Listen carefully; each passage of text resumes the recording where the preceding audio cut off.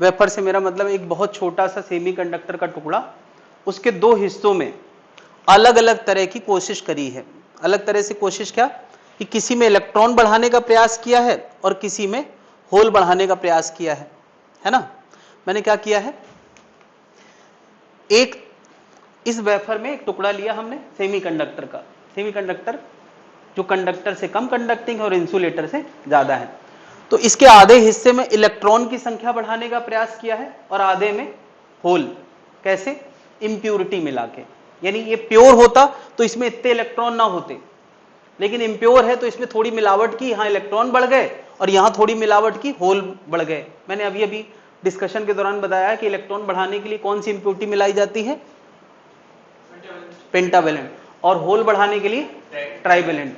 यानी इसमें हमने पेंटावेलेंट इंप्योरिटी मिलाई और इसमें तो क्या बता रहे, अगर कमरे के आधे हिस्से में परफ्यूम पड़ा हो और आधे हिस्से में ना पड़ा हो तो नेचर क्या होता है कि हमेशा ज्यादा कॉन्सेंट्रेशन से चीजें कम कॉन्सेंट्रेशन की तरफ मूव करती है। यानी थोड़ी देर में सुगंध पूरे कमरे में फैल जाएगी। तो क्या ये इलेक्ट्रॉन कहां जाना चाहते हैं? पूरे कमरे में, यानी उस हिस्से में। और होल कहां जाना चाहते हैं? पूरे कमरे में, यानी इस हिस्से में। तो यार ये जो नेचर होता है कॉन्सेंट्रेशन इक्वेट करने का, उस चक्कर में यहां क्या होता है, इलेक्ट्रॉन जनरली जंक्शन के करीब से वहां पहुंचने लगते हैं और होल यहां आने लगते हैं। ये सारी घटना ना जंक्शन के करीब होती है। जंक्शन मतलब जहां जोड़ था। सबको पता है इलेक्ट्रॉन में कैसा चार्ज होता है? नेगेटिव। तो यहां क्या जमा हो गया? नेगेटिव। और इलेक्ट्रॉन जहां से खाली होते हैं, जहां इलेक्ट्रॉन की कमी पड़ जाती है, वहां कैसा चार्ज बनता है? पॉजिटिव। तो यहां कैसा बना है? पॉजिटिव। यहां कैसा बना है? नेगेटिव। और ये सब क्यों हुआ है? ये सब इसलिए हुआ है कि इलेक्ट्रॉन यहां से डिफ्यूज करके यहां जाना चाहते थे। तो इस प्रोसेस को हम लोग, इस प्रोसेस में जो चार्ज फ्लो किया उसको हमने नाम दिया था कौन सा करंट? Diffusion current. डिफ्यूजन क्यों? क्योंकि नेचर होता है इक्वेट करने का। यानी भीड़ यहां ज्यादा है तो वहां जाना चाहेगी, वहां ज्यादा है तो यहां। इसी चक्कर में तो ये हुआ है। अच्छा, करंट की दिशा इलेक्ट्रॉन के दिशा जहां चलते हैं वहां के होती है या उसके अपोजिट? इलेक्ट्रॉन चलते हैं लेफ्ट, लेकिन करंट कहां बोला जाता है? राइट। और होल की दिशा सही बताती है। होल कहां गए हैं? तो जब भी तुम्हें करंट बताना हो तो किसको पकड़ के रखना चाहिए? होल को। नहीं? तो ये हमारा पी टाइप ब्लॉक था। पी टाइप मतलब जिसमें होल ज्यादा होते हैं। पी टाइप मतलब जहां होल ज्यादा होते हैं। और एन टाइप, एन नेगेटिव है, इसका मतलब इलेक्ट्रॉन ज्यादा होते हैं। और यहां एक ऐसा माहौल क्रिएट हुआ है नेगेटिव पॉजिटिव का। तुमने कभी कैपेसिटर सुना यार? कैपेसिटर में एक तरफ पॉजिटिव ज्यादा होता है और एक तरफ नेगेटिव। तो बीच में क्या क्रिएट हो जाता है? इलेक्ट्रिक फील्ड क्रिएट हो जाता है। तुम इलेक्ट्रिक फील्ड नहीं भी जानते तो ऐसे सोचो कि ये बीच का माहौल ऐसा है कि अगर यहां कोई पॉजिटिव हुआ तो उसको धक्का कहां मिलेगा? ये जो रेड कलर का एरो दिखाया गया है वो इलेक्ट्रिक फील्ड की दिशा है। इलेक्ट्रिक फील्ड की दिशा बताती है कि वो पॉजिटिव को धक्का कहां देगा? एरो के अलोंग। तो पॉजिटिव यानी होल को धक्का कहां मिलेगा? यहां। और इलेक्ट्रॉन को धक्का कहां मिलेगा? अपोजिट। यार अभी थोड़ा देर पहले मैं एक चीज कह रहा था कि इलेक्ट्रॉन संख्या ज्यादा होने की वजह से उधर जाना चाहते हैं। तो क्या इलेक्ट्रॉन उधर जाना चाहते हैं ये कारण है डिफ्यूजन का। लेकिन फील्ड क्या चाहती है? फील्ड चाहती है कि इलेक्ट्रॉन वापस वहीं चले जाएं। तो अब यहां दो चीजें शामिल हो गई हैं, एक डिफ्यूजन वाला कारण और दूसरा ये फील्ड वाला कारण। फील्ड चाहती जो जहां है, जो जिस हिस्से का है वहीं रहे। ये दो भावनाएं मन में आना चाहिए। दो फोर्सेस हैं, एक डिफ्यूजन वाला और एक इलेक्ट्रिक फील्ड वाला। तो डिफ्यूजन वाले फोर्स की वजह से जो करंट फ्लो करता है उसका नाम क्या होता था? Diffusion current. और इस फील्ड वाले फोर्स की वजह से जो करंट होता है उसका नाम क्या होता था? Drift current. ड्रिफ्ट करंट दो कारणों से होता है। बीच में कोई बॉन्ड टूट जाए तो इलेक्ट्रॉन को अपने घर और होल को अपने घर छोड़ दिया जाता है, उसकी वजह से करंट फ्लो करता है। नहीं, मैंने यार एरो दिखाया था। डिफ्यूजन करंट में कहां दिखाता था? राइट। क्यों? क्योंकि भीड़ इक्वेट करने के लिए होल इधर जाते हैं। और ड्रिफ्ट करंट कहां दिखाया था? लेफ्ट। तो यार मैंने कहा कि यार ड्रिफ्ट करंट दो कारणों से होता है। बीच में कोई बॉन्ड टूटे तो इलेक्ट्रॉन अपने घर, होल अपने घर चला जाता है, एक कारण है। दूसरा एक और कारण है कि कभी कभार ये जो होल हैं ये जो होल है या यहाँ जो इलेक्ट्रॉन है, इलेक्ट्रॉन, क्या ये इलेक्ट्रॉन रैंडम मोशन करते रहते हैं? भाई electron, free electron random motion करते रहते हैं। तो कहीं रैंडम करते करते ये इस फील्ड के चंगुल में फंस गए तो क्या होगा? भाई फील्ड के चंगुल में फंस गए तो फील्ड वापस उनको अपनी जगह भेज देगी कि नहीं, है ना, वो ड्रिफ्ट करंट में इजाफा करेगी। और अगर किसी इलेक्ट्रॉन में इतना दम है कि वो फील्ड को पार करके जा सकता है, वो डिफ्यूजन करंट। आमतौर पे एक ब्लॉक में आई ड्रिफ्ट और आई डिफ्यूजन बराबर होता है, क्योंकि करंट ना तो उधर जा रहा है, बहने की कोई जगह है, ना इधर कोई बहने की जगह है।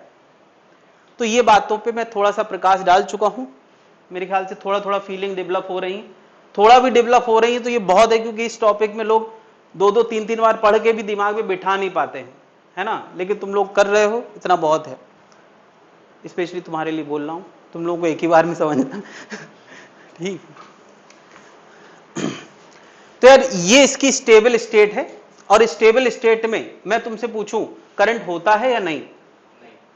नहीं होता है। नेट में करंट नहीं होता है, डिफ्यूजन भी होता है, ड्रिफ्ट भी होता है, लेकिन दोनों की मात्रा समान होती है। तो ये डिवाइस अभी किसी काम का नहीं है, इसको हम काम लायक बनाएंगे। 3 साल से प्रीमियम चल रहा था, अभी खत्म होने वाला है। जो इलेक्ट्रिक फील्ड का रीजन बना था, जहां पर कोई चार्ज रह नहीं सकता, क्यों? क्योंकि वो उसकी विदाई कर देता है। उस रीजन को क्या नाम है? Depletion region. डिफ्यूजन करंट का मतलब क्या हुआ? जो कॉन्सेंट्रेशन डिफरेंस की वजह से बहता है वो डिफ्यूजन करंट, और जो फील्ड की वजह से बहता है वो क्या है?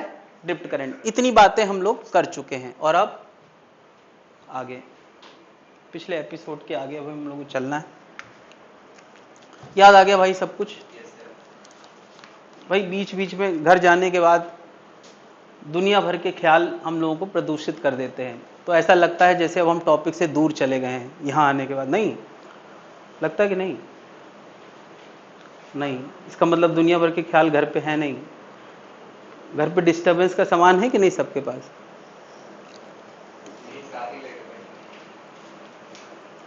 क्या दूर कर दिया है? अच्छा, डिस्टरबेंस का सामान तुमने वहां रख दिया है। डिस्टरबेंस का सामान मेन तो मोबाइल ही है। और सबसे बड़ी बात है कि अब इस एज में आते आते घर वाले दे भी देते हैं सिक्योरिटी पर्पज से। उनका मेन कंसर्न रहता है सिक्योरिटी, और उसकी नौबत मुझे लगता है जिंदगी में शायद ही कभी पड़ती है, और पड़ जाए तो 4 मोबाइल अगल बगल मिल ही जाएंगे। दूसरा कंसर्न ये होता है कि सर पापा हम गूगल में कई बार पढ़ाई सर्च करते हैं, वीडियो सर्च करते हैं, तो वो भी मुझे लगता है कि 10 में से 2 काम शायद ऐसे करते होगे जो तुम्हारे कंस्ट्रक्टिव काम के होते होंगे। लेकिन अच्छा, इसलिए भी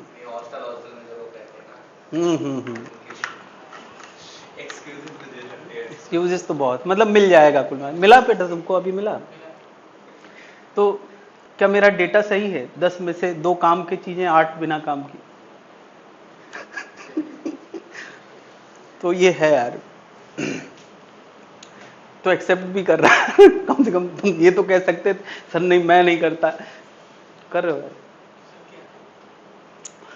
तुमने ऐसे ही हाँ कर दिया।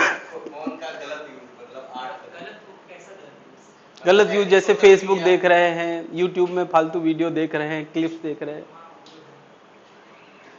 Good, crime with confidence. तुम्हारा कितने % रहता है पीछे वाले? तुमने तो बता दिया ना 10 में से 8। 10 में से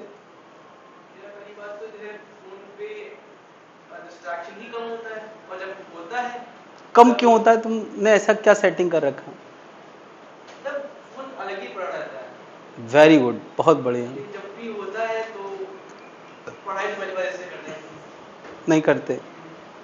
जब टाइम होता पढ़ाई करने का तो बस कोशिश कर ली है। 10 में से कितना कंस्ट्रक्टिव कितना डिस्ट्रक्टिव, बस रेटिंग में जानना चाह रहा हूँ।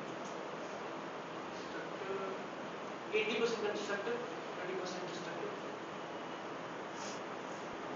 मेरा तो फोन से ज़्यादा 30-70 डिस्ट्रक्टिव। तो अच्छा उल्टा हो गया पहले, चलिए ठीक, चलो तो आगे बढ़ते हैं। जो है तो है, लेकिन ये है कि फोन से दूर रहना बहुत जरूरी है। मतलब ये अब मैं सबका क्या कहूँ यार, मेरा भी हो ही जाता है, मोबाइल लेके बैठो तो कुछ ना कुछ नोटिफिकेशन या कहीं की बात शुरू हो गई तो देख रहे हैं भाई, भले सबके सबके वो सोर्स अलग अलग होते हैं, किसी को कुछ पसंद किसी को कुछ पसंद है, तो कुछ अब फेसबुक वालों को पता है, यूट्यूब वालों को पता है कि तुमको क्या पसंद है, वो तुम्हारी पसंद की चीज दिखाएंगे। तो ये इनसे बच के रहना बहुत जरूरी है, अपने ऊपर लगाम लगाना बहुत जरूरी है। तो मैंने कहा यार इलेक्ट्रॉन यहां से खाली हुए हैं, यहां कैसा चार्ज आया है, पॉजिटिव। इलेक्ट्रॉन जहां गए हैं वहां कैसा आया है, नेगेटिव। यार ये मैंने बहुत मोटा दिखाया है, 1 माइक्रोमीटर के 10वें हिस्से का होता है यार ये जो चौड़ाई है, यानी अगर ये पूरा 1 माइक्रोमीटर का है तो ये उस 1 माइक्रोमीटर का 10वां हिस्सा, बहुत छोटा सा लेयर है जिसको मैंने क्या नाम दिया है, डेप्लीशन लेयर। जंक्शन के थोड़ा सा इधर ये इलेक्ट्रिक फील्ड रीजन होता है, ठीक है। अभी मैं कहूं कि इलेक्ट्रिक फील्ड इधर है, इधर और इधर नहीं है, सब जंक्शन के करीब ही खेल चल रहा है, तो इलेक्ट्रिक फील्ड इधर है। तुम्हें पता है कहीं अगर इलेक्ट्रिक फील्ड है, मान लिया मैं ये इलेक्ट्रिक फील्ड दिखा रहा हूं, तो किसको हाई वोल्टेज बोलते हैं, किसको लो वोल्टेज बोलते हैं? क्या बैटरी का पॉजिटिव टर्मिनल हाई तरफ होता है, नेगेटिव, और इलेक्ट्रिक फील्ड हमेशा पॉजिटिव से, यानी अगर दो रीजन ऐसे हैं जहां एक तरफ पॉजिटिव एक तरफ नेगेटिव है, तो मैं कहूंगा इनके बीच में एक वोल्टेज डिफरेंस है। नहीं, क्या बैटरी में भी तो ऐसे ही होता है, एक एनोड होता है और एक कैथोड होता है। एनोड कैसा होता है, पॉजिटिव, और कैथोड कैसा होता है, नेगेटिव। तो क्या हम कह सकते हैं इन दोनों पॉजिटिव नेगेटिव लेयर के बीच में एक वोल्टेज डिफरेंस आ गया है, चाहे डेल्टा, डेल्टा लगाने का मतलब हमेशा होता है डिफरेंस। डेल्टा भी दो शब्द है या एक है, एक शब्द है। V वोल्टेज को रिप्रेजेंट कर रहा है, डेल्टा बता रहा है कि उसके बदलाव, तो डेल्टा भी एक टर्म है। ये सब कंफ्यूजन अभी से मैं दूर करता चल रहा हूं। डेल्टा भी यानी इधर इधर में एक वोल्टेज का अंतर है, कौन हाई होगा कौन लो होगा। अच्छा यहां इलेक्ट्रिक फील्ड नहीं है, यहां नहीं है, यहां नहीं है, तो क्या इधर इधर के बीच में भी कोई वोल्टेज डिफरेंस होगा? इधर इधर के बीच में भी कोई वोल्टेज डिफरेंस नहीं। जहां इलेक्ट्रिक फील्ड होती है वही वोल्टेज डिफरेंस होता है, और हमेशा इलेक्ट्रिक फील्ड हाई से लो की तरफ होती है। तो इस बात को मैं ग्राफिकली रिप्रेजेंट कर रहा हूं, ठीक है। मैंने यहां क्या किया है कि इधर से चला हूं और यहां से यहां तक वोल्टेज में जब अंतर आया है उस चीज को मैं ऊंचाई में दिखाऊंगा। ग्राफ में हर चीज किस में दिखाई जाती है, ऊंचाई में। तो मैंने यहां के वोल्टेज को 0 दिखाया है, तुम थोड़ा ऊंचा भी दिखा सकते हो, ये कोई नियम नहीं है, बस डिफरेंस दिखाना है हमको।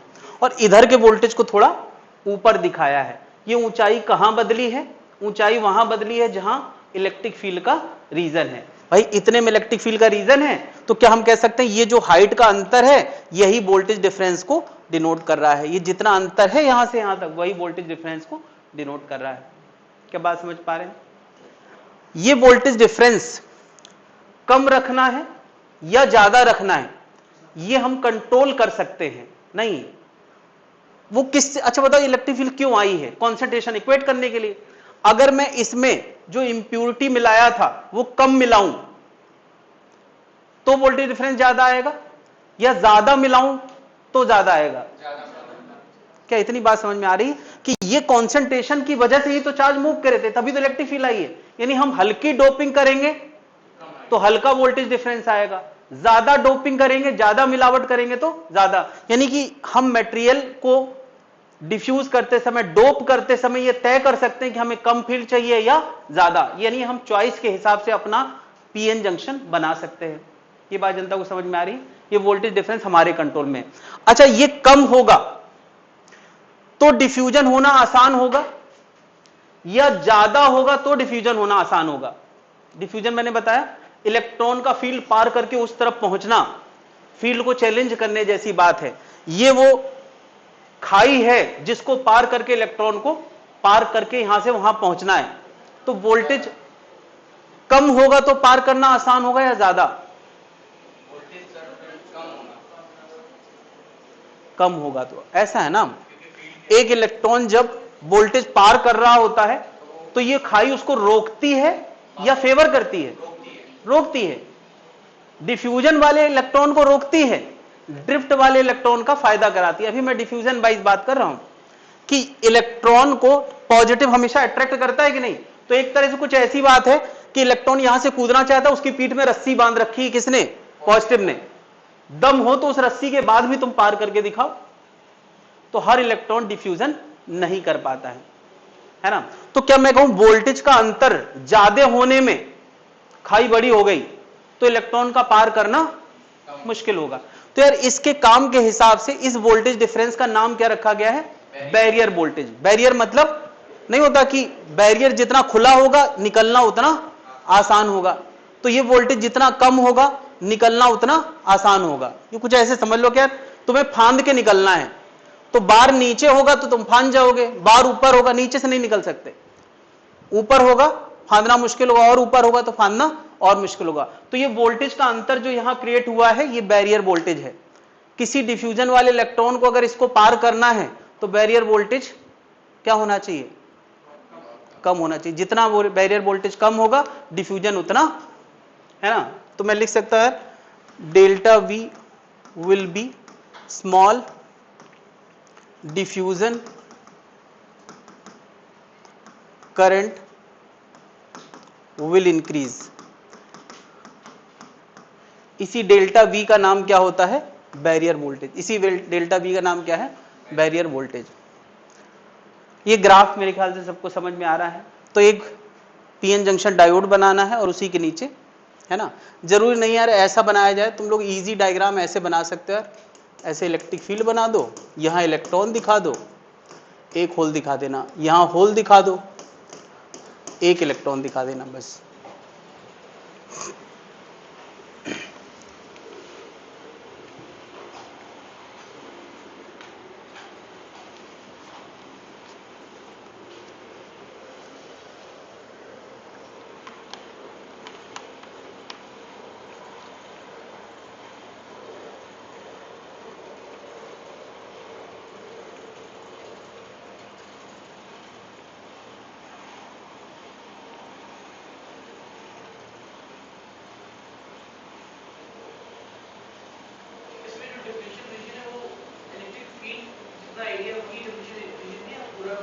बहुत छोटा सा है, जितना बड़ा मैंने दिखाया इससे बहुत छोटा है। जितने में इलेक्ट्रिक फील्ड है बस वही डिप्लीशन रीजन है।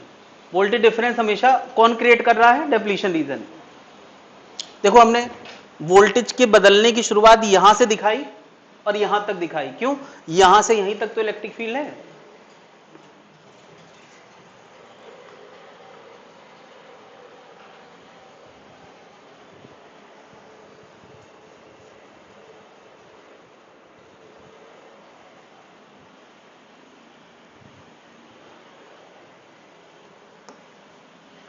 अभी मैं तुमसे पूछूं इस स्थिति में सब कुछ हो चुका है, नेट करंट क्या है? नेट करंट 0 है। यानी यार सब कुछ कर लिया हमने, लेकिन अभी एक बात समझ में आ रही कि ये डिवाइस नहीं है, क्योंकि डिवाइस वो है जिसमें करंट का फ्लो हो सके। अभी ये डिवाइस नहीं है, अभी ये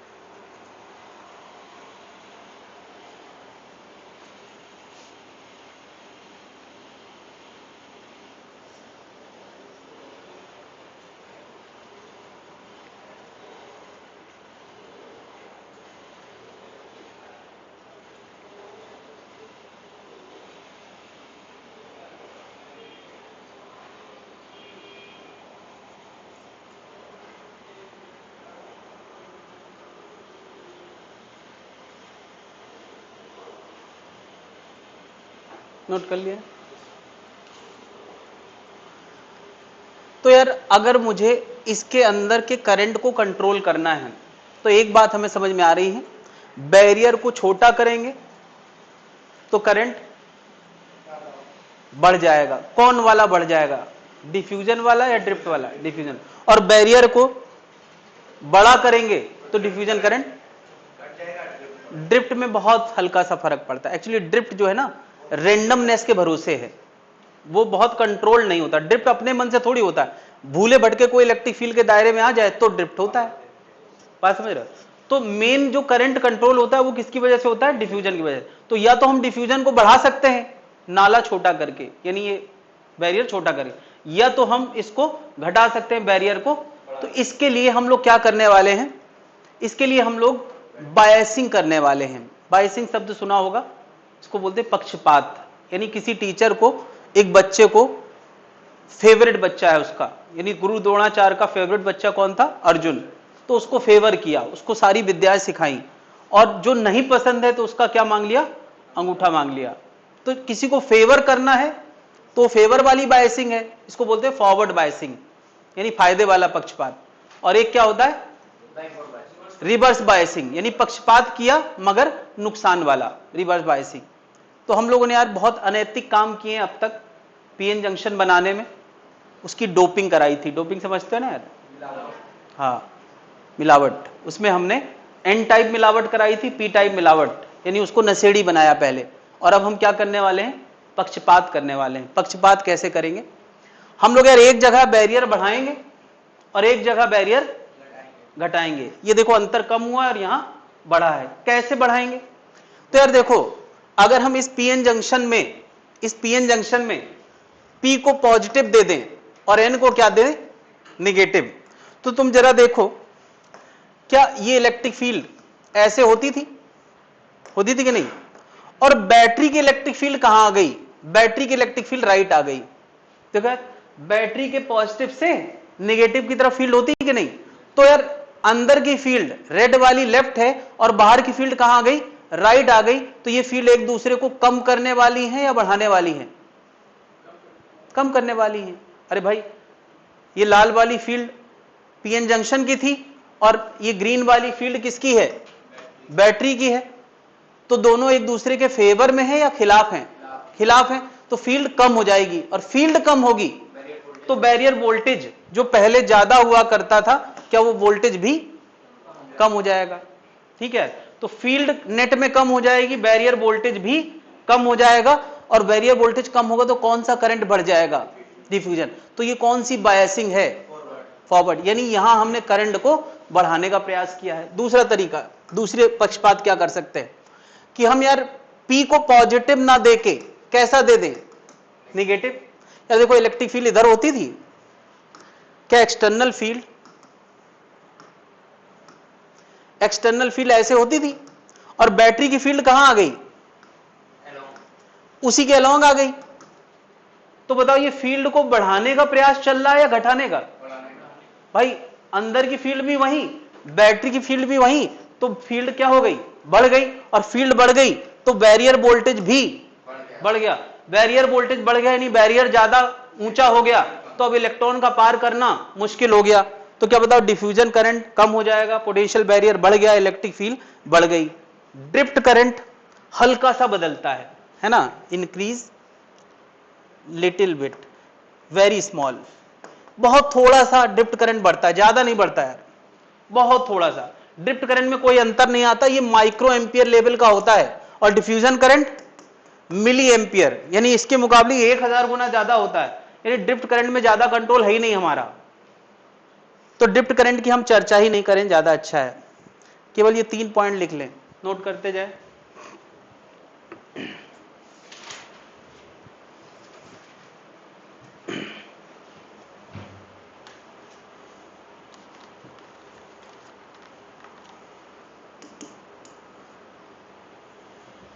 एक्स का मतलब यहां है दूरी, जैसे जैसे हम इधर से उधर जा रहे हैं दूरी के साथ साथ वोल्टेज में अंतर आया है। ये ग्राफ वोल्टेज और दूरी के बीच में अंतर है।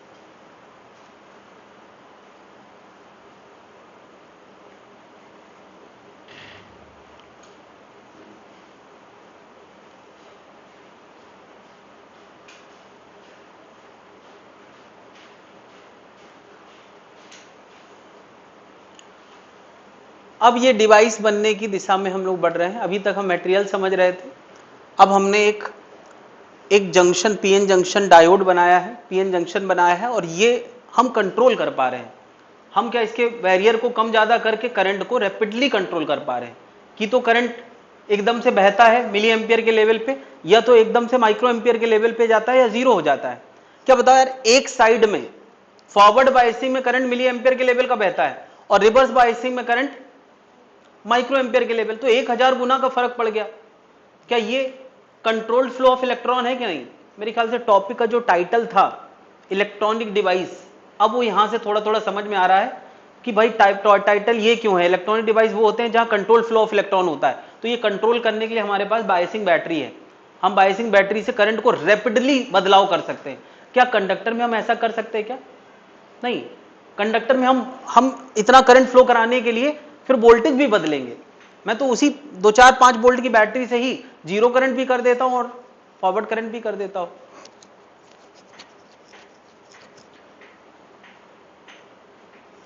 तो यार अब हमें एक डिवाइस मिला है और इस डिवाइस को हमने एक नाम दिया है। क्या नाम दिया है? अभी तक पीएन जंक्शन बोल रहे थे, अब इसका नाम होने वाला है पीएन जंक्शन डायोड। डायोड क्यों? क्योंकि ये दो टर्मिनल से बना है, पी और एन। डाई का मतलब क्या होता है? दो। तो दो टर्मिनल से बना हुआ एक डिवाइस, उसका नाम हमने क्या रखा है? PN junction diode. इतना समझने के बाद हमने इसका एक नाम कर दिया है। और डायोड ऐसे काम नहीं करेगा, उसके किनारे पे मेटल के कॉन्टेक्ट बना दिए जाते हैं, है ना।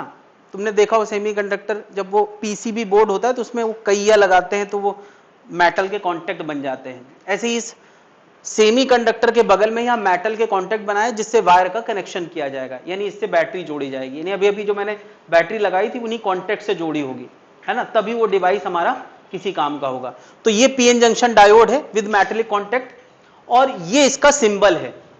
यानी हम कॉपी किताब पे हर बार ऐसा डायग्राम बनाएं, उससे अच्छा कुछ सांकेतिक डायग्राम बनाएं।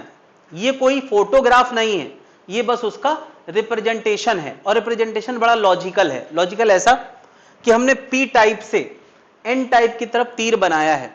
ये तीर क्या बताया है कि अगर तुम यहां पॉजिटिव बैटरी का लगाओगे, यहां नेगेटिव लगाओगे, तो ये किस मोड में आ जाएगा? फॉरवर्ड या रिवर्स? मैंने अभी अभी दिखाया है कि P को कैसा दो? पॉजिटिव। और N को कैसा दो? यार P से फॉर पॉजिटिव, तो P को पॉजिटिव दो, N फॉर नेगेटिव, N को नेगेटिव दो। तो वो कौन सा बायसिंग होता है? फॉरवर्ड या रिवर्स? फॉरवर्ड। तो क्या इस डिवाइस से करंट पास होता है कि नहीं? और अब इस डिवाइस से करंट पास होगा तो वो करंट यहां से लेगा भी, फिर वायर से भी पास करेगा। करंट ऐसा तो नहीं तो डिवाइस के अंदर ही अंदर बहे, वो तो पूरे वायर के थ्रू फ्लो करेगा। यानी क्या बताओ, ऐसे करंट फ्लो कर जाएगा। अच्छा मुझे बताओ, उल्टा बैटरी लगा दो, यहां पॉजिटिव यहां नेगेटिव कर दो, तो रिवर्स बायसिंग, तो ये डिवाइस करंट फ्लो। तो यार ये सिंबल बड़ा क्लियर कट बताया है कि भैया इधर से फ्लो कराओगे तो हम बहेंगे, तीर बता रहा है। और ये लाइन बता रही है कि ना भैया इधर से हम फ्लो करने नहीं, साफ साफ ऐसे कर रहा है, ये ऐसे लाइन बनाई है। ये क्या कह रही है कि भैया इधर से पॉजिटिव दोगे तो हम करंट को फ्लो नहीं करने देंगे। ये उसका सिंबॉलिक रिप्रेजेंटेशन खुद से बता रहा है कि भैया इधर चलाओ तो हम करंट चलाएंगे, इधर चलाओगे तो करंट। तो क्या ये भी एक कंट्रोल हो गया कि नहीं, कि हम इस डिवाइस में केवल एक दिशा में करंट फ्लो करा सकते हैं, दूसरा नहीं करा सकते। यानी कल को कोई, मान लिया हमारा टेप रिकॉर्डर है या कोई डिवाइस है, ठीक है, ये डिवाइस है, हम इस डिवाइस में बगल में एक पीएन जंक्शन डायोड लगा देते हैं। इस डिवाइस को किसी बैटरी से चलाना है, यहां वो बैटरी लगाई जा रही है, तो बैटरी का पॉजिटिव और नेगेटिव में ऐसे लगा दिया नहीं हम लोग किसी रिमोट में, तो ये टेप रिकॉर्डर चल जाएगा। लेकिन हमने गलती से बैटरी उल्टी लगा दी। पहले क्या होता था? पहले होता था डिवाइस खराब हो जाते थे, किसी ने बैटरी को पलट के लगा दिया, डिवाइस खराब हो जाते थे। लेकिन अगर उसके रास्ते में डायोड लगा है तो खराब नहीं होगा। क्यों? क्योंकि वो इस दिशा में करंट फ्लो होने ही नहीं देगा। तो देखो यार, एक तो फट से यूज समझ में आ गया यार कि ये डिवाइस बड़ा काम का है कि करंट उसी डायरेक्शन में फ्लो करने देगा, दूसरी डायरेक्शन में नहीं करने देगा। अरे देखो यार, ये सेल हमने यहां पॉजिटिव यहां नेगेटिव लगाया, अगर मैं सेल को उल्टा कर दूं, यहां पॉजिटिव यहां नेगेटिव, तो क्या इस रास्ते करंट जाने देगा ये? तो डिवाइस हमारा करंट ही नहीं फ्लो हो रहा, तो डिवाइस खराब नहीं होगा। मैं ये बता रहा हूं कि कोई डिवाइस अगर यूनिडायरेक्शनल करंट फ्लो करने के लिए बना है तो उसमें उल्टा करंट होने का स्कोप नहीं है जब तक ये डिवाइस है। अगर ये हटा दें यहां से तो सीधा भी फ्लो करेगा, उल्टा भी फ्लो करेगा, डिवाइस खराब होने का खतरा है। क्या जनता समझ पा रही है? तो मेरे ख्याल से डिवाइस का धीरे धीरे यूज भी समझ में आने लगा है। अभी हम इस डिवाइस को, चलो मैं यहां पे कुछ क्वेश्चंस पूछ रहा हूं, बता। अच्छा, यहां मैंने 6 वोल्ट लगाया, यहां 0 वोल्ट, फॉरवर्ड बायस या रिवर्स बायस? बोलो यार, यहां के मुकाबले यहां पॉजिटिव है तो फॉरवर्ड हो गया, जरूरी नहीं यहां निगेटिव है। ये तो डिफरेंस होता है ना भाई। चलो मुझे बताओ, यहां +3 यहां -3 कैसा है? फॉरवर्ड। अगर मैं यहां -3 और यहां 0 कर दूं तो ये रिवर्स हो गया। अरे -3 से 0 ज्यादा होता है, ज्यादा होता है तो वो करंट को इधर पुश करेगा। क्या ये डिवाइस चलेगा कि नहीं? अच्छा, 0 दिखाने का एक और तरीका होता है, अर्थ दिखा देना। अर्थ का वोल्टेज कितना होता है? 0।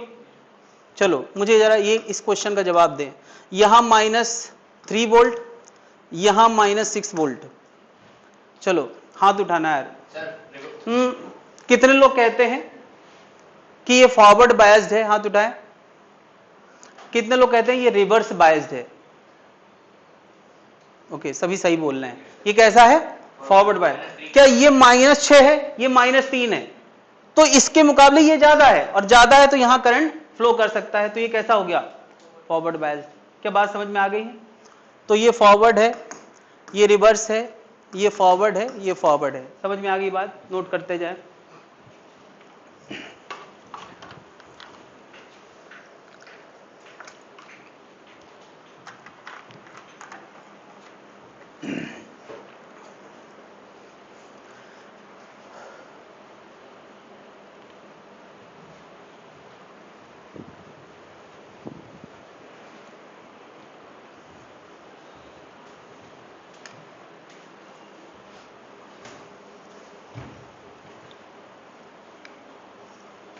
नीचे चले जाओ, चले जाओ, बुलाएंगे तब आ जाना।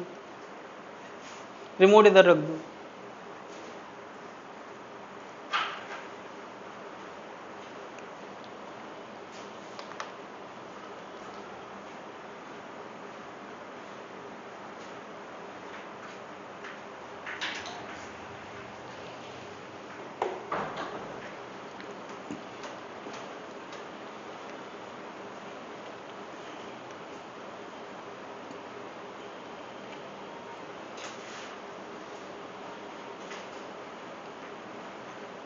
नोट कर लिया भाई?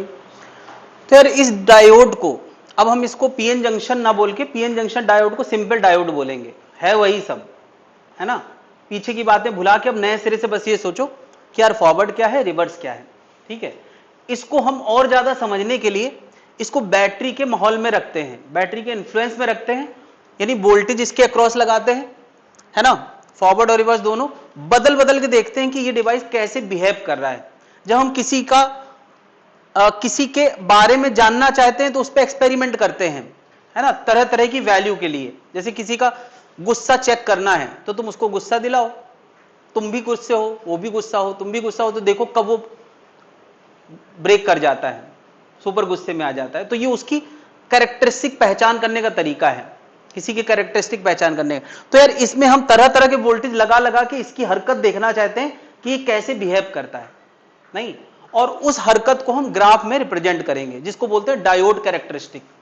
कैरेक्टरिस्टिक आमतौर पे फिजिक्स में जब भी कहीं लिखा होगा कैरेक्टरिस्टिक, उसका मतलब होता है किसी पैरामीटर से के लिए ग्राफ खींचना। अब पैरामीटर क्या मतलब? इसमें हम बैटरी लगाने वाले हैं, तो बैटरी का वोल्टेज बदलने से क्या इसका नेचर बदलता है कि नहीं? तो हम बैटरी लगा लगा के हर वोल्टेज के लिए ये पता करेंगे कि ये कितना करंट फ्लो करा रहा है। तो वोल्टेज लगा के करंट चेक करेंगे, तो उससे क्या इसका कैरेक्टरिस्टिक पता चल जाएगा। अभी कोई इंसान तो है नहीं कि इसका हम व्यवहारिकता देखेंगे, इसका हम गुस्सा देखेंगे, इसकी हम खुशी देखेंगे, ये थोड़ी देखेंगे। हम क्या देखेंगे कि बैटरी लगाने पे ये कैसा करंट, भाई डिवाइस है जो करंट फ्लो करा सकता है तो करंट ही चेक करेंगे। क्या बात क्लियर है? तो हम लोग इसकी वीआई कैरेक्टरिस्टिक देखने वाले हैं और पी जंक्शन डायोड। हम यार इसको ग्राफ बनाने के लिए इधर वोल्टेज एक्स एक्सिस में रखा है। यार ग्राफ जब भी बनता है तो एक parameter independent variable x axis में होता है और उस पर डिपेंडेंट वेरिएबल वाई एक्सिस में होता है, और ऊंचाई से ग्राफ पता चलता है। ज्यादा ऊंचाई मतलब ज्यादा करंट, कम ऊंचाई मतलब कम करंट। क्या ये बात तो सबको समझ में आती है ग्राफ का मतलब क्या होता है? अब एक्स एक्सिस में हमारा इंडिपेंडेंट वेरिएबल क्या है? इसको लगाया हुआ बैटरी, और बैटरी में अगर कहीं ऐसा तीर लगा हो इसका मतलब होता है वेरिएबल बैटरी। वेरिएबल बैटरी मतलब कि इसका वोल्टेज हम अपने हिसाब से कम ज्यादा कर सकते हैं। तो हमने एक वेरिएबल वोल्टेज लगाया है कम ज्यादा करता हुआ फॉरवर्ड में, और एक वेरिएबल लगाया है रिवर्स में। फॉरवर्ड वाला ग्राफ इधर बनाया गया है और रिवर्स वाला ग्राफ इधर बनाया गया है। क्या जनता देख पा रही है? तो तुम्हें पहले से अंदाजा है, हमने यार हल्का फुल्का बैटरी का वोल्टेज लगाया, हल्का फुल्का, तो इलेक्ट्रिक फील्ड में भी हल्का फुल्का फर्क पड़ा। तो ज्यादातर डिफ्यूजन वाले इलेक्ट्रॉन अभी भी पार करने में सक्षम नहीं थे। खाई बड़ी होती है तो एक दो पार कर पाते हैं, खाई छोटी होती है तो 10-15 पार करने लगते हैं, खाई बहुत छोटी हो जाती है तो बच्चा बच्चा भी पार करने लगता है। क्या ये बिहेवियर तुम्हें पता है कि सोचो यार यहां मैं एक नाला क्रिएट कर दूं, कह दो कूद के पार करना है, तो बहुत बड़ा होगा तो कुछ ही बहुत बलवान लोग पार कर पाएंगे, लेकिन अगर बहुत छोटा हो गया तो बच्चा बच्चा उसको, यानी यार जो बिहेवियर जनता का भीड़ का होता है वही बिहेवियर यहां पे बिल्कुल नेचुरल ग्राफ है। वोल्टेज थोड़ा बढ़ाया कुछ करंट दिखा, वोल्टेज और बढ़ाया करंट दिखा, लेकिन अभी ज्यादा करंट नहीं है क्योंकि उस नाले को हर इलेक्ट्रॉन पार नहीं कर पा रहा है। लेकिन थोड़ा सा मैंने और ज्यादा वोल्टेज रखा तो बहुत करंट आ गया, और अब थोड़ा सा ही वोल्टेज बढ़ाने पर करंट में बहुत बड़ा अंतर पड़ने लगा है। क्यों? क्योंकि अब उनकी रेंज में आ गया है, क्योंकि रूम टेम्परेचर पे उनको जितनी एनर्जी मिलती है उतनी एनर्जी से वो हर बड़ा नाला पार नहीं कर सकते हैं। लेकिन क्या इतना वोल्टेज क्रिएट करने पर वो जो फासला था वो बहुत छोटा हो गया है, तो इतनी एनर्जी तो सब इलेक्ट्रॉन के अंदर होती है। तो देखो यार बड़ी तेजी से करंट बह रहा है। ये करंट डिफ्यूजन वाला है या ड्रिफ्ट वाला है? ये सबको पता होना चाहिए। नाला पार करना भीड़ वालों का जो नेचर है वो डिफ्यूजन वाला नेचर है। क्या जनता समझ पा रही है ये बातें? चलो अभी थोड़ा नॉन डिजिटल होना पड़ेगा।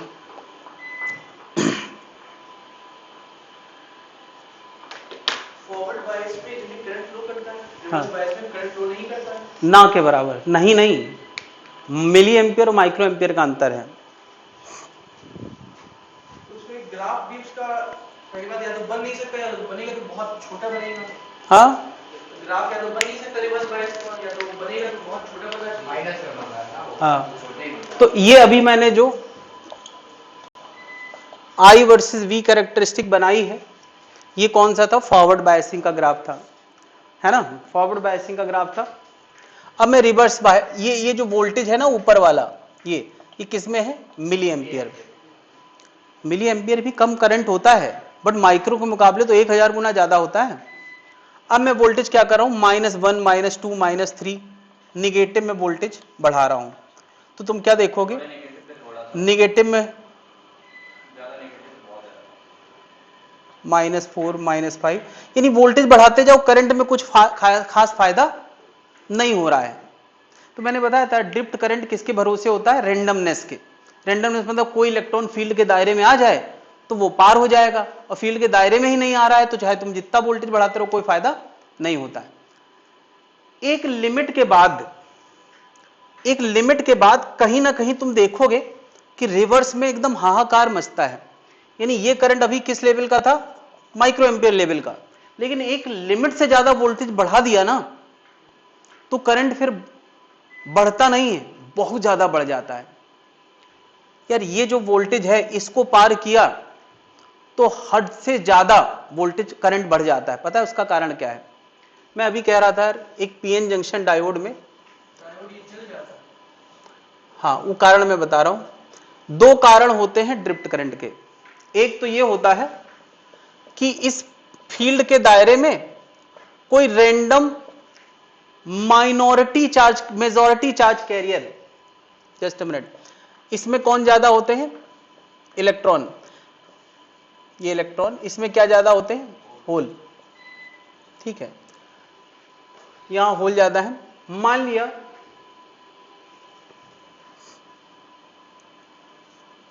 गलती से यहां का माइनॉरिटी इलेक्ट्रॉन रैंडम मोशन करते करते इधर आ गया, ये माइनॉरिटी। अब मेजॉरिटी होता तो वो डिफ्यूजन होता। इधर आ गया गलती से, तो ये कहां चला जाएगा, इधर चला जाएगा अपने घर, जो इसका मेन घर था। और होल अगर इधर आ जाए तो कहां चला जाएगा, उधर।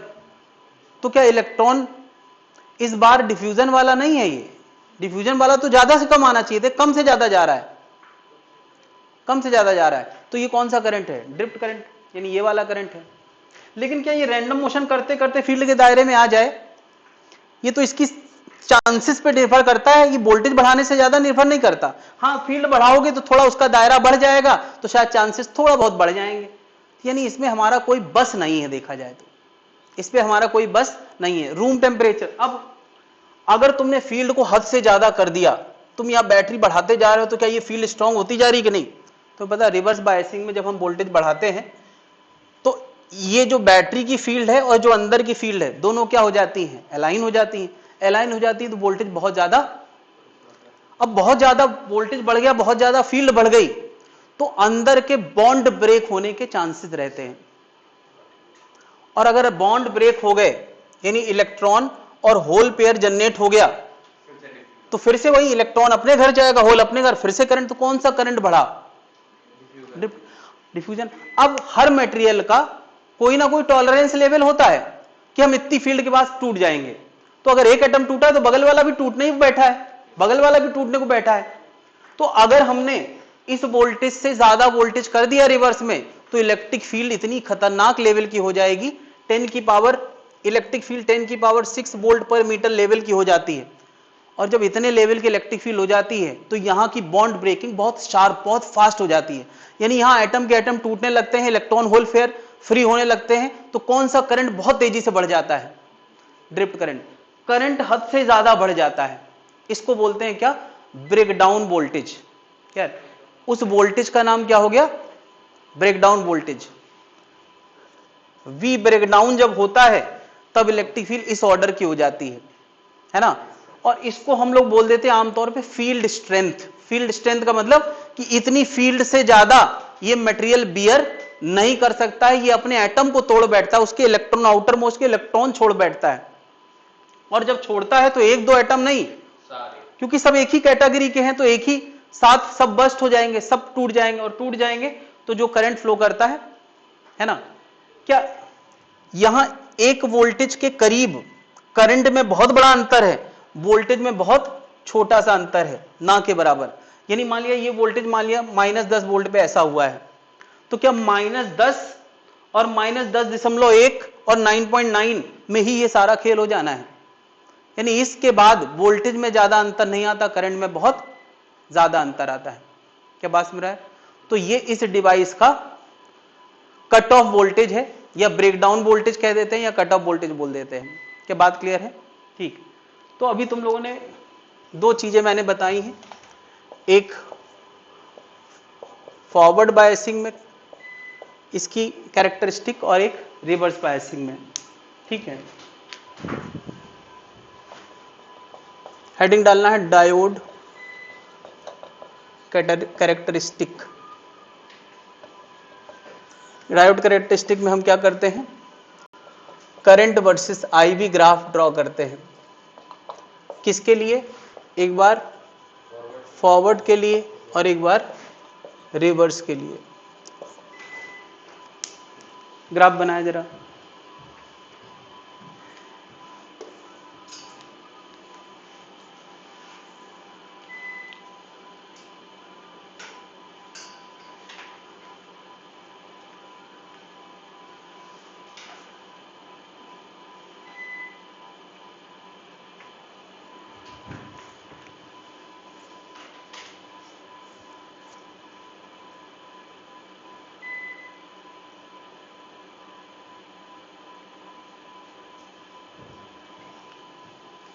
वोल्टेज का नाम क्या है, हाँ, कट ऑफ बी ब्रेकडाउन।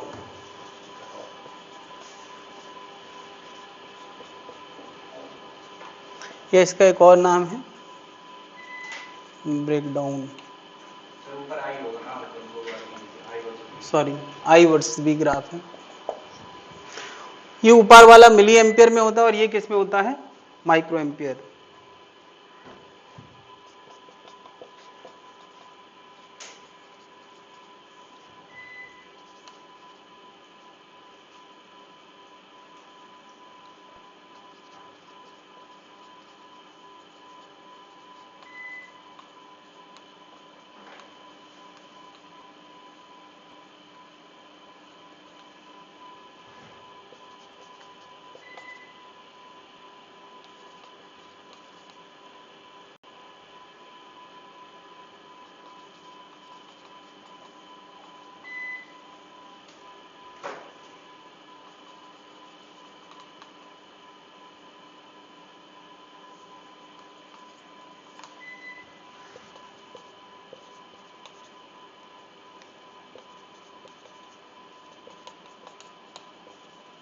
इस करंट को हम बोलते हैं एवलांच करंट। एवलांच करंट का मतलब, तुमने बर्फ में नहीं एवलांच सुना है? जैसे वो बाहुबली वाला सीन होता है जब वो बर्फ को हिला देता है, तो थोड़ी बर्फ गिरती है, वो ज्यादा को गिराती है, फिर वो और ज्यादा को गिराती है, तो क्या शुरू हो जाता है? एवलांच शुरू हो जाता है। ऐसे ही यहां पे भी है कि इलेक्ट्रिक फील्ड एक लिमिट से ज्यादा बढ़ती है तो बॉन्ड टूटना शुरू करते हैं, है ना, और वो बॉन्ड जब टूटते हैं तो बहुत ज्यादा करंट अचानक से आ जाता है।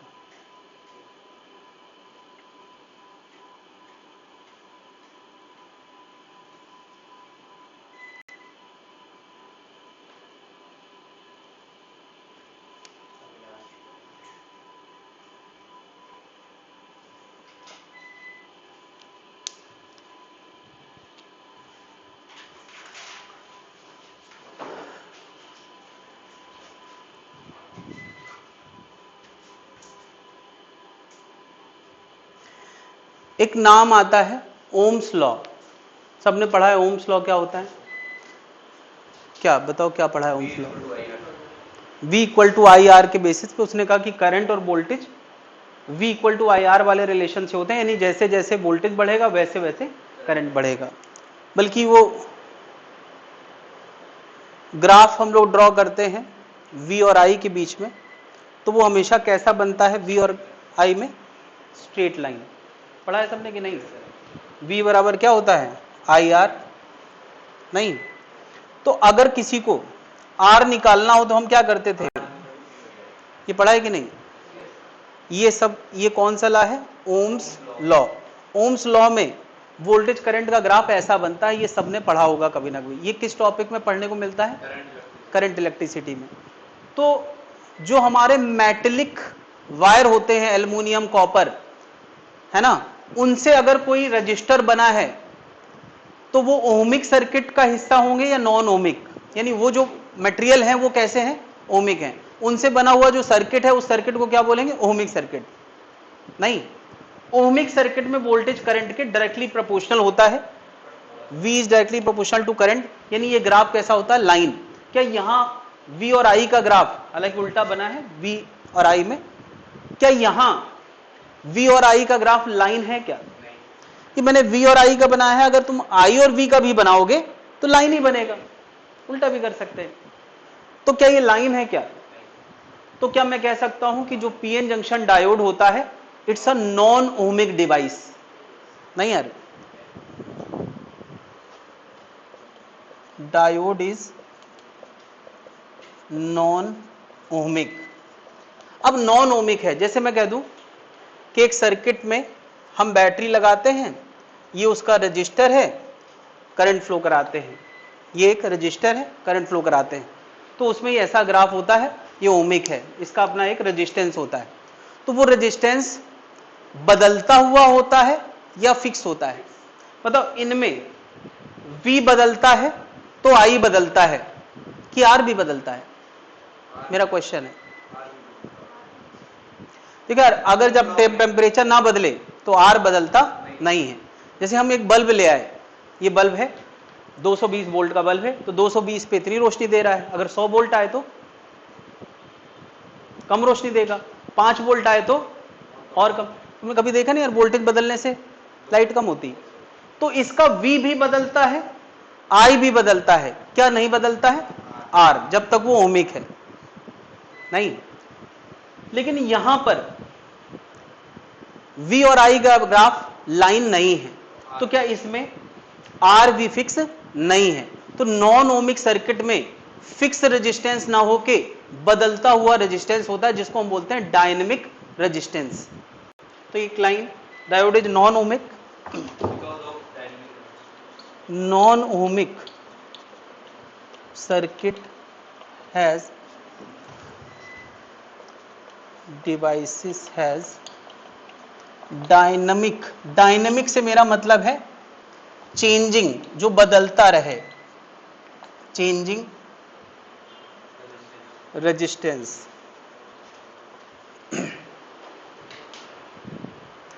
मैं अगर बोलूं 8 वोल्ट पर 16 एम्पियर का करंट है, इधर ध्यान देना, 8 वोल्ट पे 16 एम्पियर का करंट है, इसका रेजिस्टेंस बताओ।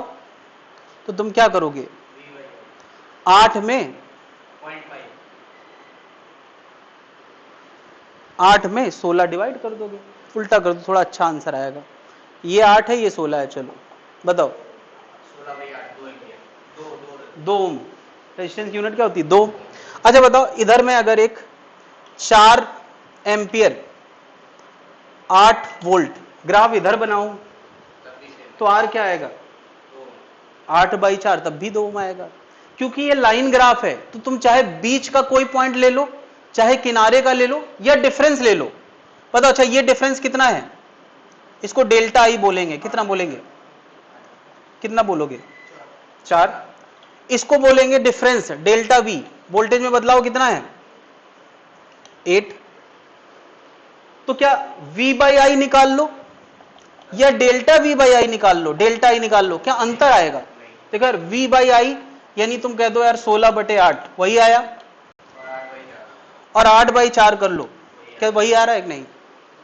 ये मैं क्यों कर रहा हूं दो तरीकों से, कि चाहे तुम पूरी वैल्यू से डिवाइड करो, चाहे तुम एक सैंपल वैल्यू से डिवाइड करो, आर में कोई फर्क कब तक, जब तक उसका रेजिस्टेंस फिक्स्ड है, जब तक वो सर्किट ओमिक है। अब जरा मुझे बताओ, ये क्या है, ये ऊंचाई, ये लंबाई या ये चौड़ाई क्या डिनोट कर रही है, डेल्टा वी। भाई एक्स एक्सिस किसको डिनोट कर रही है, वाई एक्सिस किसको डिनोट कर रही है। ये छोटा सा वोल्टेज में बदलाव है, ये छोटा सा करंट में बदलाव है। मैं इस जगह का अगर डायनामिक आर लिखना चाहूं तो क्या लिखोगे, डेल्टा वी बाई डेल्टा आई। क्या डेल्टा वी एक्स एक्सिस है और डेल्टा आई वाई एक्सिस है। किसी ने ये सुना यार, delta Y by delta X, इसको हम स्लोप बोलते हैं, सुना है कि नहीं। चलो अच्छा, नहीं, क्या इस ट्राइंगल में टेन थीटा क्या होगा, टेन थीटा कैसे डिफाइंड है, तुमने ट्रिग्नोमेट्री पढ़ी यार, परपेंडिकुलर अपॉन बेस। तो परपेंडिकुलर यहां क्या है, डेल्टा आई, और बेस क्या है, डेल्टा बी। नहीं, फैन तुमने तेज कर दिया, बहुत आवाज करता है। तो अगर मुझे इस छोटे से ट्राइंगल का टेन थीटा पता हो तो वो हमें क्या देगा, रेजिस्टेंस या रेजिस्टेंस का उल्टा। मुझे बताओ, resistance delta V by delta I होता है, ये क्या है, delta I by delta B. तो ये क्या देगा, ये 1/R देगा, या इसको हम और क्या कह सकते हैं, कंडक्टेंस। यार ये क्वेश्चन हो सकता है कि आईवी ग्राफ का स्लोप इसके नीचे नोट कर सकते हैं, क्या होगा, कंडक्टेंस होगा डेल्टा आई बाई डेल्टा। अब मुझे जरा एक बार बताएं, इसका और इसका किसका स्लोप ज्यादा है। एक स्लोप इधर दिखाया, तुम यहां के ट्राइंगल से निकालो, और एक यहां का, इसको मैं टेन थीटा 1 कह देता हूं, इसको टेन थीटा 2 कह देता हूं। कोई मुझे बताए कौन सा स्लोप ज्यादा है। स्लोप का मतलब क्या होता है, परपेंडिकुलर अपॉन बेस। तो जहां परपेंडिकुलर ज्यादा वहां स्लोप। अरे तुमने कभी स्लाइड करा है, ऐसी सीढ़ी में, ऐसे स्लाइड में स्लाइड करो या ऐसे, किसमें ज्यादा तेजी से गिरोगे, तो उसी का स्लोप, जिसका वायु ऊंचाई ज्यादा होगा उसका स्लोप ज्यादा होगा। तो कहां स्लोप ज्यादा है, नहीं। अब मैं पूछूं कहां कंडक्टेंस ज्यादा है, नहीं। अब दो चीजें, मैं यहां पे कंडक्टेंस 2 और कंडक्टेंस 1, चलो बताते जाना। टेन थीटा 1 टेन थीटा 2 में टेन थीटा 2 ज्यादा है। कहां का कंडक्टेंस ज्यादा है, कहां का रेजिस्टेंस ज्यादा है, यानी R1 ज्यादा है या R2, R1 ज्यादा है। यानी क्या इस डिवाइस में रेजिस्टेंस तो है, ऐसा नहीं कि तुम बैटरी लगाओ तो लाखों करंट फ्लो करने लगता है, एकदम लाखों एम्पियर का फ्लो करता है। अच्छा, जब हमने उसमें पक्षपात कम किया है तो रेजिस्टेंस ज्यादा। भाई पक्षपात कम, ये बायसिंग वोल्टेज है कि नहीं? तो जब हम पक्षपात कम करते हैं तो रेजिस्टेंस ज्यादा होता है, रुकावट ज्यादा होती है। भाई पक्षपात, फॉरवर्ड बायसिंग पक्षपात, जब हमने पक्षपात बढ़ा दिया तो रेजिस्टेंस कम हो गया। क्या ये ओमिक सर्किट है? नहीं, कम हो गया। नॉन ओमिक में रेजिस्टेंस बदलता रहता है। मैंने यही दिखाया कि यार यहां के मुकाबले यहां का कंडक्टेंस ज्यादा है, यहां इजीली कंडक्ट कर रहा है। क्यों? इसमें हमने फॉरवर्डिंग पक्षपात ज्यादा किया है। बताओ अच्छा, ये बायसिंग वोल्टेज या ये बायसिंग वोल्टेज, कहां की बायसिंग वोल्टेज ज्यादा है? यहां की। जहां पक्षपात ज्यादा वहां करंट ज्यादा, जहां करंट ज्यादा वहां रेजिस्टेंस। क्या इस डिवाइस का रेजिस्टेंस हम कंट्रोल कर पा रहे हैं? किसकी मदद से? उस छोटी सी बैटरी की मदद से। क्या ये काम हम लोग कंडक्टर में नहीं कर पाते हैं? मेरे ख्याल से थोड़ा और इस डिवाइस को लेकर भावनाएं सख्त हुई हैं कि हम इसकी कंडक्टिविटी कंट्रोल कर पा रहे हैं। छोटी बैटरी लगाते हैं तो यही हाई रेजिस्टेंस बन जाता है, थोड़ा सा हाई वोल्टेज लगाते हैं तो यही मटेरियल, सेम मटेरियल नहीं बदला, लो रेजिस्टेंस शो करता है। तो ये तो बड़ी अच्छी बात हो गई यार। जब कंडक्टर हम पढ़ा करते थे तो उसमें कोई चॉइस नहीं होती थी, जिसका आर जो है वही रहता था। अब हम इसके आर को भी कंट्रोल कर सकते हैं। क्या जनता समझ पा रही है यार? चलो नोट यहां से कर लें, कुछ चीजें जो यहां ना हो वो यहां से कर लेना, जो रेजिस्टेंस वाली बातें हैं वो यहां नहीं है।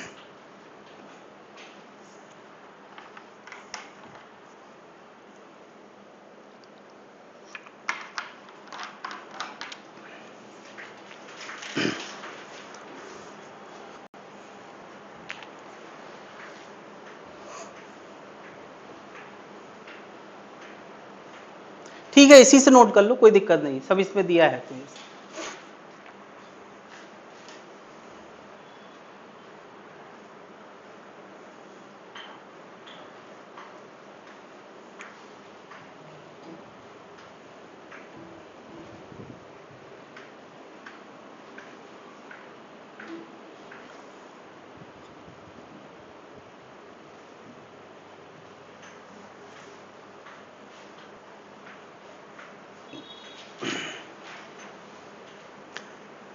इट्स कट ऑफ वोल्टेज है, कट ऑफ नहीं है। वहीं से नोट कर ले, कट ऑफ वोल्टेज होता है, कट ऑफ या ब्रेक डाउन वोल्टेज, है ना। एवलांच करंट का मतलब क्या होता है? रिवर्स बायसिंग में जो हैवी करंट फ्लो करता है उसी का नाम एवलांच का। डायनेमिक रेजिस्टेंस मैंने समझाया, क्योंकि ये नॉन ओमिक सर्किट है तो नॉन ओमिक सर्किट का कैसा रेजिस्टेंस होगा? डायनेमिक। ओमिक सर्किट का रेजिस्टेंस क्या होता है? फिक्स। और इसका रेजिस्टेंस हम कंट्रोल कर सकते हैं।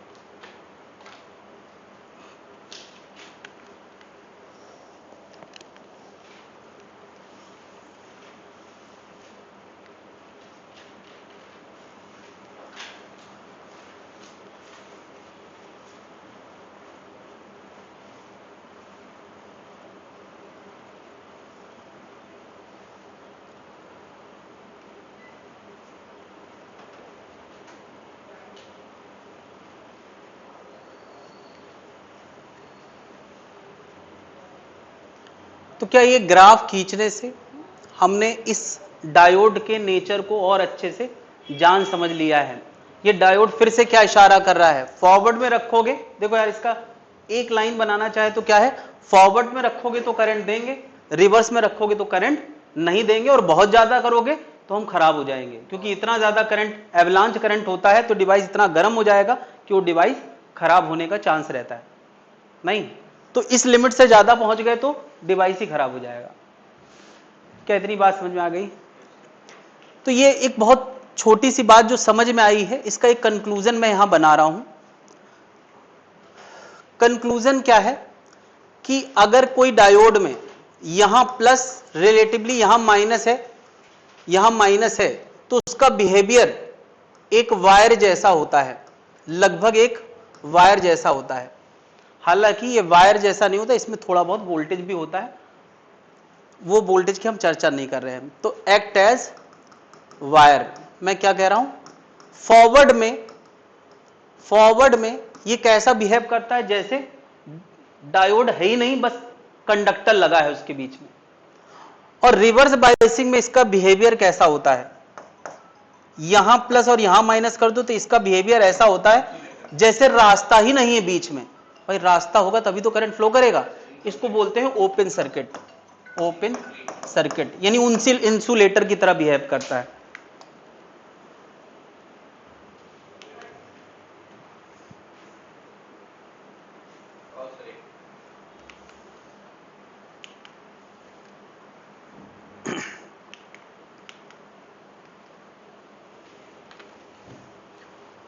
तो ये जो बिहेवियर बन के आया है, फॉरवर्ड में कैसा बिहेवियर, रिवर्स में कैसा, ये बात समझ में आ रही।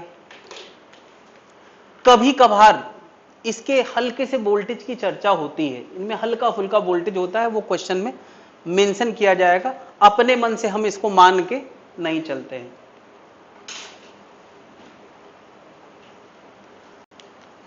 तो अभी मैं एक क्वेश्चन दे रहा हूं, इधर देखिए जरा। जैसे चलो पहले मैं इजी क्वेश्चन दे रहा हूं, ये सब मैंने बता दिया है, इसकी चिंता नहीं करना। मैं यहां पर एक 5 ओम, यहां मैंने एक डायोड लगाया है फॉरवर्ड वाला, और यहां एक डायोड लगाया है रिवर्स वाला, और यहां मैंने एक 10 वोल्ट की बैटरी लगाई है। ठीक, क्वेश्चन देखना यार। 5 ओम 10 वोल्ट की बैटरी लगाई है, तो किस में करंट फ्लो करेगा, किस में नहीं करेगा, या दोनों में करेगा, या दोनों में नहीं करेगा? तो दोनों में नहीं करेगा, एक कलम लगाना।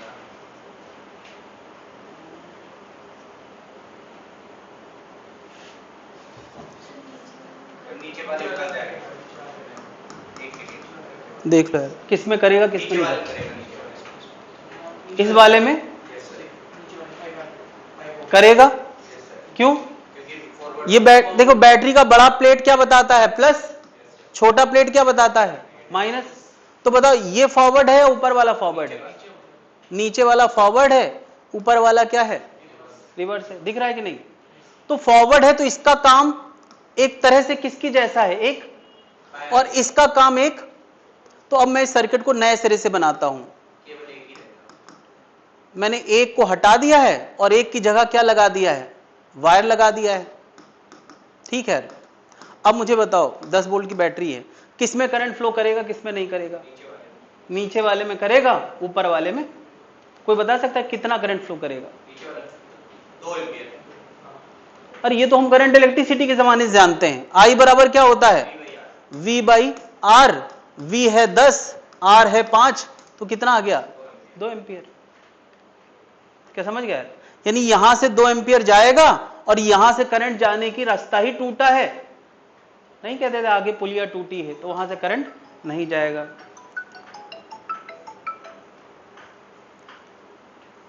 हेलो जी, मैं क्लास में हूं ऊपर। अच्छा अच्छा, अभी ये समझ में आ गया यार। तो ये वाला करके दिखाओ जरा मुझे। नहीं, मुझे करके दिखाओ।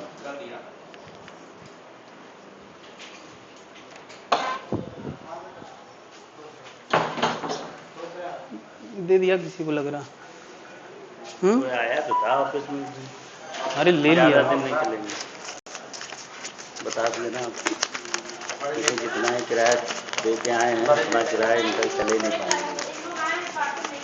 कितना? बहुत ज़्यादा, शायद दो लिए हैं क्या?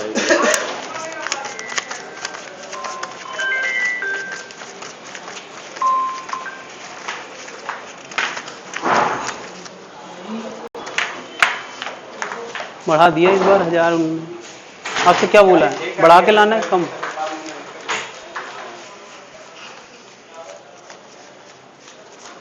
कितना देना है? बढ़ा के 1000 ही बोले थे लाने के लिए। फोन से ही बोले थे। हाँ, बोले तो आज थे। भी कह रहे थे, हमने का फोन आया शायद दया आ गई, हमने कहा ठीक सर। ठीक।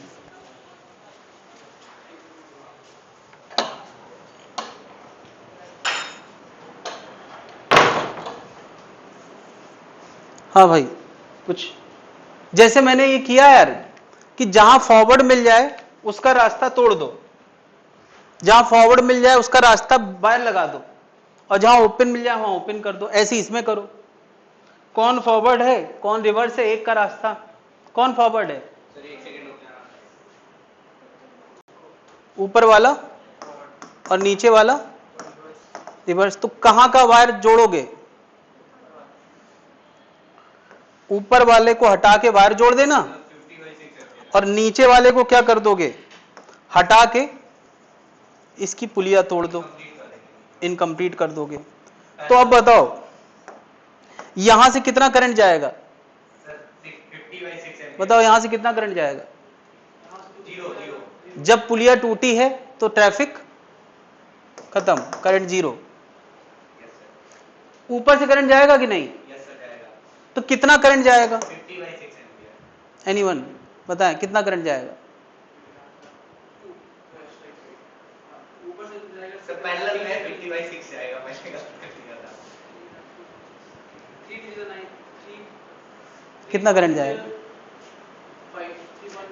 अच्छा बताओ, ये पूरा 10 वोल्ट है, यस सर। चलो ये 10 वोल्ट है, और ये पूरा सर्किट में कंप्लीट करता हूं। ये 3 ओम है, और फिर इस रास्ते में आगे चल के कितना है? 2 ओम है। तो क्या इसको 3 ओम कहोगे? भाई 3 ओम इधर है, 2 ओम इधर है, और दोनों आपस में किस में है? 5 सीरीज में है। भाई जो करंट यहां से जाएगा वही यहां, तो दोनों एक ही तो हो गए। तो अब तुम जरा इसको एक बार फिर से बनाओ पैरेलल में नहीं आएगा ये। 2 एम्पीयर। यार। ये बताओ जो करंट इसमें जाएगा वही इसमें जाएगा, तो ये सीरीज में है कि पैरेलल में? ऊपर नीचे थोड़ी पैरेलल हो जाता है यार, है तो अगल बगल ना भाई। हमने बैटरी इसके कंप्लीट इसको तो हटा ही दो, ये तो किसी काम ही का नहीं है। सही है, 2 एम्पीयर है, पहले 2 ही आया था। तो इसमें कितना आ गया यार? 5 ओम आ गया, 3 और 2, तो करंट कितना आएगा? 10/5, 2 एम्पियर आ गया। यार ये सब करंट इलेक्ट्रिसिटी का क्वेश्चन है, यहां बस डायोड लगा के दे दिया गया है, तो क्या ये नया बात थोड़ी हो गई? ये तो पता होना चाहिए भाई कि ये 3 और ये 2 5 हो गया, तो आई कितना आएगा? ये पढ़ा है कभी कि नहीं पहले? ये सब तो पढ़ा है ना यार, थोड़ा बहुत मान के चला जाएगा यार। 10वीं पास करके बैठे हैं, कम से कम 8वीं तक मैथ्स पढ़ी है और 10वीं पास करके बैठे हैं। 9वीं 10वीं की मैथ्स किसी तरह से टाली है तुम लोगों ने, पढ़ी थोड़ी है। बस किसी तरह से कि यार बस जैसे ही 10वीं पास होगा तो मैथ्स हमारा छुटकारा, तो हम क्यों इतना इंटरेस्ट दिखाएं। मगर तुम्हें पता नहीं था यार कि मैथ्स जो है फिजिक्स में काम आएगी। तुम लोगों ने इस कदर छोड़ी है मैथ्स की भुला बैठे हो, इतना खुश हो गए कि मतलब ये भी नहीं ध्यान रहा कि शायद काम आ गई। तो जैसे नहीं डिलीट, शिफ्ट डिलीट होता है और एक डिलीट होता है, तो तुम लोगों ने क्या मारा है? डिलीट तो रिकवर हो जाता है, शिफ्ट डिलीट, शिफ्ट करके डिलीट कर दो तो वो चीज रिकवर। हाँ, तुम लोगों ने शिफ्ट डिलीट कर दिया है। देखो यार, जितना भी तुमने बचपन से लेकर 10th क्लास तक पढ़ा होता है, जितना भी 10th तक, क्या 11वीं 12वीं में उन्हीं हेडिंग में थोड़ा ज्यादा पढ़ाया जाता है? नहीं कह सकते। क्या हेडिंग ही बदल जाती हैं, चीजें ही बदल जाती हैं क्या? एकदम से नया सिलेबस? अरे नया सिलेबस तो 7वीं से 8वीं में नहीं हुआ था, 8वीं से 9वीं में नहीं हुआ था। क्या बताओ, बचपन से लेके अब तक जो चीजें पढ़ी हैं, क्या बचपन में 6वीं 7वीं क्लास में फोर्स आ जाता है ना? बचपन में ही वर्क एनर्जी आ जाता है, सब पढ़ते हैं कि नहीं? उस समय थ्योरेटिकल ज्यादा होता है, और 9 10th आते आते थोड़ा मैथमेटिकल होता है, और 11 12th आते आते थ्योरेटिक खत्म, मैथ्स ज्यादा आ जाती है। क्योंकि थ्योरी मान के चला जाता है कि तुमने कभी ना कभी पढ़ी है। लेकिन तुम लोग क्या कर देते हो? Shift delete. तुम लोगों को लगता है अब यार 10वीं गया 10वीं छोड़ो, 8वीं गया 8वीं छोड़ो, ऐसा नहीं है। पढ़ाई कंटिन्यूटी में बनाई गई है, मतलब पढ़ाना उनको यही था 12वीं तक। सोचा कैसे पढ़ाएं, छोटे बच्चे तो समझ ही नहीं पाएंगे, तो छोटे बच्चों को वो पढ़ाया जो वो अपनी एज में पढ़ सकते हैं। फिर और बड़े बच्चों को थोड़ा और ज्ञान दिया, थोड़ा और, तो उन्हीं चीजों को धीरे धीरे करके अपडेट। इंटरमीडिएट को इंटरमीडिएट इसलिए कहते हैं कि ये टास्क था पढ़ाने का, ये हमारा वो फाइनल टास्क है जो 11वीं 12वीं में पढ़ते हैं, ये हमारा फाइनल टास्क था। अचानक से 11वीं में सिलेबस कितना बढ़ जाता है, बढ़ जाता है कि नहीं? क्यों? क्योंकि यही पढ़ाना था तुम्हें बचपन से, लेकिन पहले पढ़ा नहीं पाते थे, तुम लोग थे नहीं समझदार, तो उस पूरे सिलेबस को वहां से लेके यहां तक सीढ़ी बनाई गई है। तो इंटरमीडिएट वो जगह है कि नहीं, सीढ़ी पार करके अब यहां पे तुम्हें लंबी मेहनत करना है इस 11वीं 12वीं में। पहले तो माइंड मेकअप बनाते चले। ये दोनों क्वेश्चन जिन्होंने कर लिए हैं अच्छी बात, नहीं किए तो नोट करते जाएं, पलट के देखो तो कम से कम ध्यान आना चाहिए। हो गया है?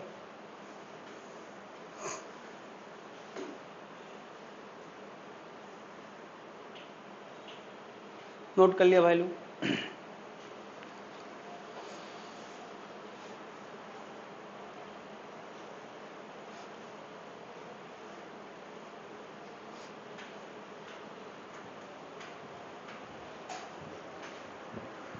असाइनमेंट देना जरा।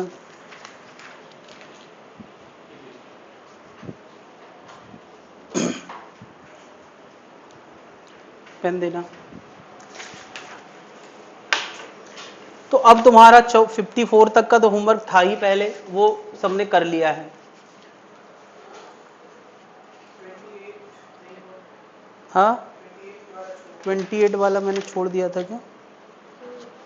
The two end of PN junction joined by a wire, there will not be a steady current in the circuit, there will be steady current from N side to P side. इसका answer होगा A। इसमें बहुत देर तक current flow नहीं करेगा, और करेगा भी तो वो बस थोड़ी देर के लिए करके रुक जाएगा। अगर बैटरी लगी हो तब भी नहीं, बैटरी होगी तब तो होगा ही, यानी बिना बैटरी के वो कोई करंट फ्लो नहीं कराएगा। हाँ, इसके बाद 54 के बाद जो टिक करना है, क्वेश्चन नंबर 1। अब पीएन जंक्शन डायोड में क्वेश्चन नंबर 1,